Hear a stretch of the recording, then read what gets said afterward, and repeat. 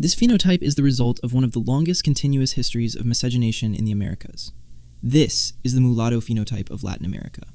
Its story begins in 1492, when Spanish ships reached the Caribbean and encountered the indigenous peoples living there. Within decades, conquest, epidemic disease, and forced labor devastated the indigenous population.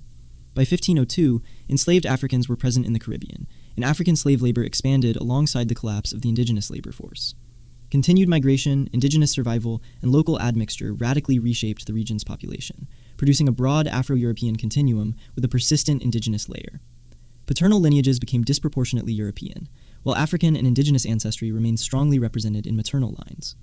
Today, this phenotype is most concentrated in the Dominican Republic, with major concentrations in eastern Puerto Rico and eastern Cuba, and extending into northern Venezuela, Caribbean coastal Colombia, and eastern Brazil. Related expressions also appear across the wider Caribbean and surrounding Atlantic coasts. From the front, the face has broad malars and a compact midface. The jaw is moderate in width and tapers toward a rounded chin. The eyes are average to widely spaced and usually dark brown, although hazel occurs in some individuals. The nose ranges from medium width to rather broad. The lips are generally average size to full, often with a fuller lower lip. Skin color ranges from light brown to dark medium brown. The hair is dark and varies from light waves to tight coils. Male facial hair is usually moderate to robust. From the side, the forehead is generally substantial and upright to mildly sloping, with a moderately high cranial vault. The back of the head is rounded and moderately projected. The brow and nasal root are moderately developed.